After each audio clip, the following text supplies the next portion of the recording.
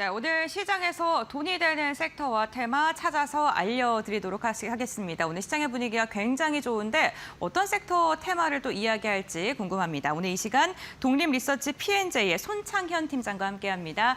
안녕하세요. 네, 안녕하십니까. 네, 반갑습니다. 오늘 시장이 5월 출발 너무 좋습니다. 오늘 돈이 되는 섹터 테마 어떤 걸 골라오셨을지 궁금한데 첫 번째 섹터 저희가 함께 확인을 해보도록 하겠습니다. 네, 오늘 첫 번째는요, 반도체 디자인 하우스를 선정을 해주셨습니다. 사실 반도체 이 테마라는 게 굉장히 다양한 섹터들로 나누어져 있기 때문에 오늘 그중에서도 디자인 하우스를 선택하신 이유가 너무나도 궁금한데요. 그 이유가 있으실까요? 아무래도 이제 미국의 빅테크 기업들이 LTA라고 해서 이제 장기 공급 계약을 계속적으로 진행을 하고 있습니다. 그래서 지난주에 발표했었던 샌디스크도 장기 공급 계약으로 인해서 여러 가지 낸드 쪽에 대한 부분이라든지 기존에 있었던 설비 투자가 원활하게 좀 진행되는 가운데서 반도체 수요가 계속 증가가 될 수밖에 없다. 이런 구조가 확대가 되면 결국에는 이게 기존에 있었던 반도체 증설이라든지 이런 부분들이 더 증가가 될 수 있을 것 같고요. 우리나라 쪽에서도 당연히 삼성전자나 엑셀 하이닉스 쪽에 대한 반도체 증설이 좀 더 빨라질 가능성도 높고, 그중에서도 삼성전자가 보유하고 있는 파운드리향 관련된 주문형 반도체까지도 공급이 상당히 좀 많이 증가가 될 가능성이 높다. 이런 배경으로 좀 눈여겨봐야 될 필요가 있다라고 보고 있고요. 그래서 이제 TSMC도 마찬가지로 3년간 누적 설비 투자액이 150조 정도 되는 정도로 엄청나게 파운드리 쪽에 투자를 많이 하고 있습니다. 그러니까 D램 낸드가 부족을 하고 외주 양산까지도 진행이 되고 있기 때문에 삼성전자 파운드리도 거기에 발맞춰서 투자가 좀 진행이 된다라고 볼 수가 있을 것 같고요. TSMC가 이제 3년간 이 미국이라든지 3나노 관련돼서 미국 그리고 일본 쪽의 증설을 조금 더 확대를 한다라고 얘기를 하고 있고요. 그리고 최근에 증설을 완료한 대만 가오슝 공장에 대한 램프업을 5개 라인 생산 라인에서 램프업을 진행을 한다라고 하고 있기 때문에 그만큼 수요가 부족하다라는 점으로 해석을 할 수가 있을 것 같습니다.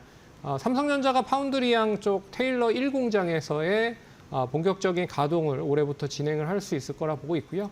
내년에는 이제 본격적인 양산을 진행을 하기 때문에 거기에 대한 수혜가 이어질 가능성이 높다. 그러면 기존의 반도체를 잘 디자인을 하는, 그러니까 설계를 하는 그런 기업들이 당연히 이제 수혜를 받을 가능성이 높다라고 보고 있고요. 삼성전자가 8나노에는 수율이 80%까지 올랐습니다. 근데 지금 2나노의 TSMC와 계속 경쟁을 하고 있기 때문에 지금은 한 55에서 60%가 되지만 여기에 수율도 한 70에서 80% 올라가면 이제 수익성과 더불어서 이 외주에 대한 양산 더 높아질 가능성이 높다. 그러면 기존의 디자인 하우스 관련된 기업들이 반도체 설계를 해야 되는데 이 설계 물량들이 더 높아질 가능성이 높은 거죠. 그렇기 때문에 기존의 여러 가지 기업들에 대한 수주와 더불어서 이 파운드리랑 관련돼서도 디자인 하우스에 대한 수주가 본격화될 가능성이 높다. 단기적으로 봤을 때는 이제 삼성전자가 파업 관련된 이슈가 있기 때문에 이게 얼마만큼 마무리가 빨리 되는지가 관건일 것 같다. 하지만 큰 틀로 봤을 때는 디자인 하우스에 대한 매출과 성장은 올해 본격화될 가능성이 높기 때문에 좀 관심 있게 봐야 되는 대목이다라고 말씀드릴 수 있을 것 같아서 오늘 가져왔다라고 생각을 하시면 될 것 같습니다.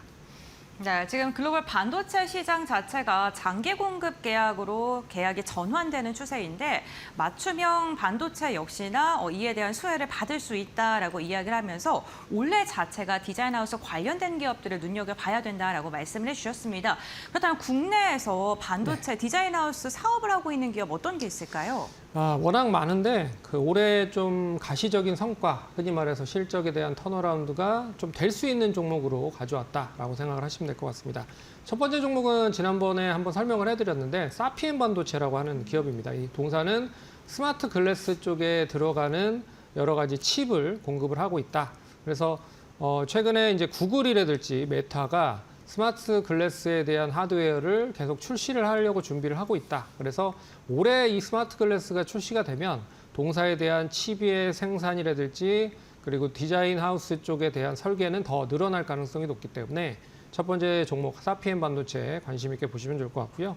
두 번째 종목은 이제 오픈 엣지 테크놀로지인데 동사는 이제 뭐 여러 가지 자금 조달로 인해서 올해 이제 3자 배정으로 200억 투자 유치가 완료가 됐고요. 그리고 이 에이티넘 인베스트먼트 쪽으로 투자를 받았기 때문에 이 회사가 그냥 투자를 해주진 않는다. 그런 걸 감안해 보면 어느 정도 성과가 올해는 좀 가시적으로 눈여겨볼 필요가 있는 시점이다라고 좀 볼 수 있어서 3자 배정 투자를 진행을 했다라고 보시면 될 것 같고요.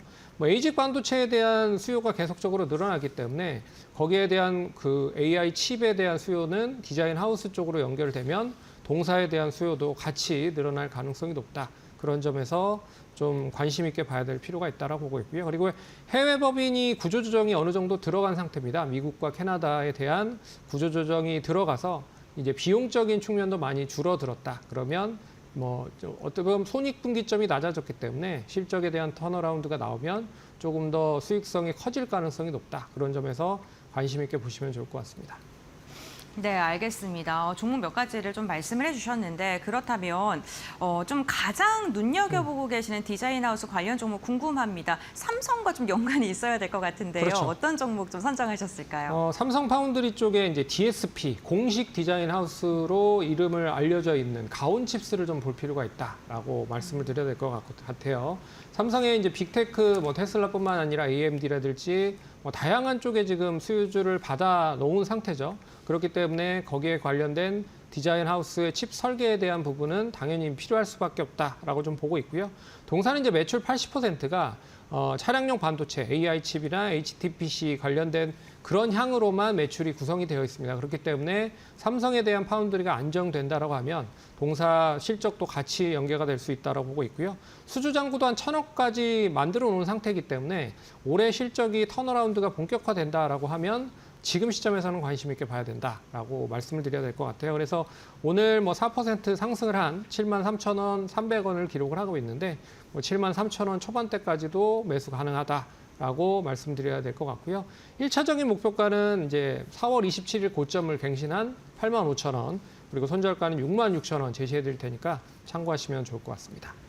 네, 알겠습니다. 삼성과 계약을 하고도 납품을 하고 있는 기업을 선정을 해주셨습니다. 가온칩스, 지금 현재 구간에서 매수 유효하다라고 말씀해 주셨고 목표가는 85,000원까지 가격 전략 제시해 주셨으니까요. 참고해 보시면 좋겠습니다. 네, 저희 이어서 두 번째 돈이 되는 섹터 테마 알아보도록 하겠습니다. 저희 두 번째 섹터는요. 무역 상사입니다. 무역 상사 같은 경우에는 뭐 직접 물건을 만들어서 판매하는 것보다는 마진을 남겨서 수익을 내놓아야 되는 그런 기업인데 그만큼 경기에 민감하고 또 원자재 가격에 민감하잖아요. 지금 이러한 시장 시점에서 이 섹터를 고른 이유가 궁금합니다. 이게 이제 호르무즈 해협이 계속 봉쇄가 되고 있기 때문에 그 무역 상사 트레이딩을 하고 있는 기업들 같은 경우에는 이걸 다양하게 다른 쪽으로 전환을 시켜야 되는 필요성이 있습니다.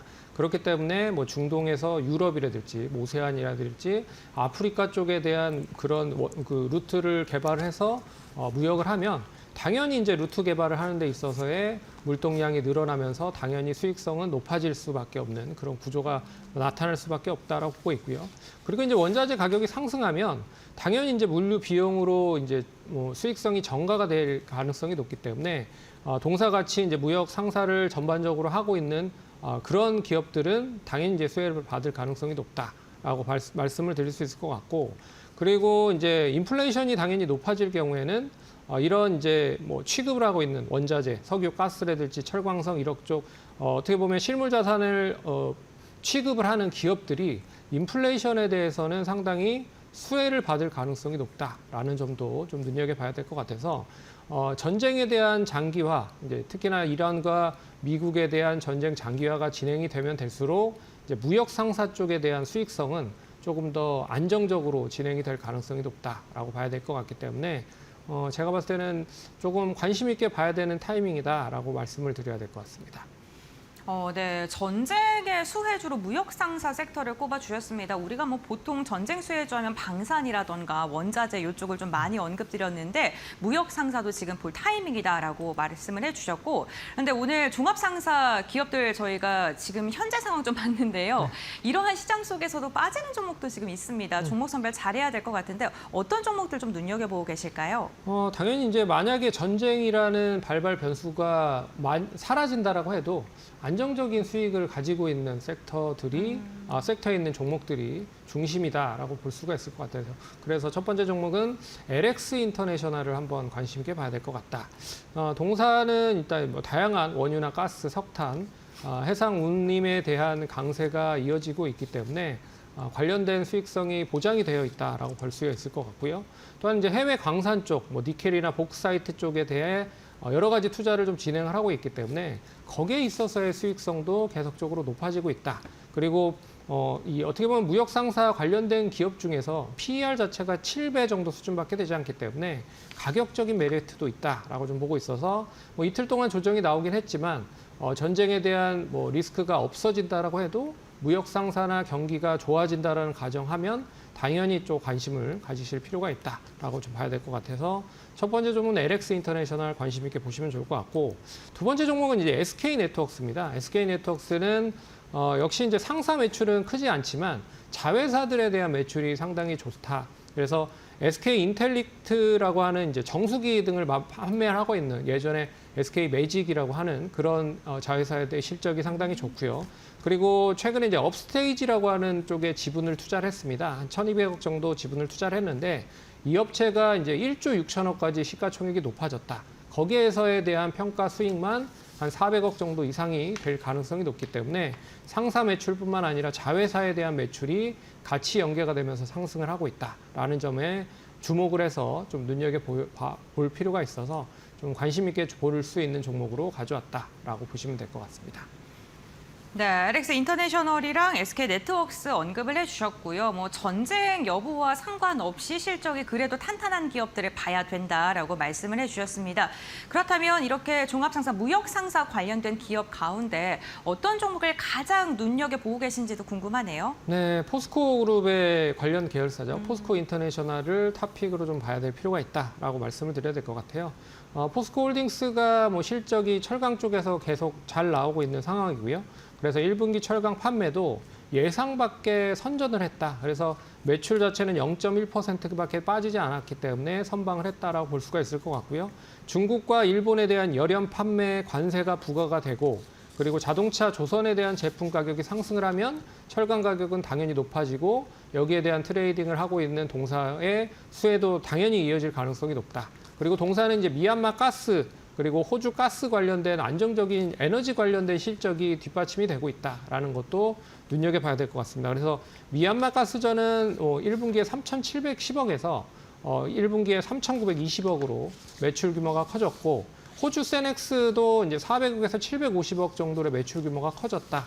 그렇기 때문에 에너지에 대한 그런 수익성이 계속 높아지면 높아질수록 동사의 안전적인 마진을 확보를 하는 그런 구성으로 좀 볼 수가 있을 것 같기 때문에 올해도 뭐 에너지와 그리고 철강 소재 관련된 부분에서의 안정적인 실적이 뒷받침이 되면서 상승 계속 이어질 가능성이 높다. 그래서 1차적인 목표가는 뭐 10만 원 제시해드리고요. 손절가는 7만 9천 원 제시해드리겠습니다. 네, 오늘 보합권에서 등락 보여주고 있는데 목표 주가 깔끔하게 10만 원으로 제시해 주셨고요. 오늘 포스코 그룹주들에 대한 시장의 뷰가 조금 변화하는, 좋아지는 듯한 모습 나타났는데 포스코 인터내셔널을 탑픽 종목으로 선정해 주셨으니까요. 참고해 보시면 좋을 것 같습니다. 네, 오늘 이렇게 손창현 팀장과 함께 돈이 되는 테마 섹터에 대한 이야기 나눠봤고요. 오늘 말씀은 여기까지 듣겠습니다. 고맙습니다. 네.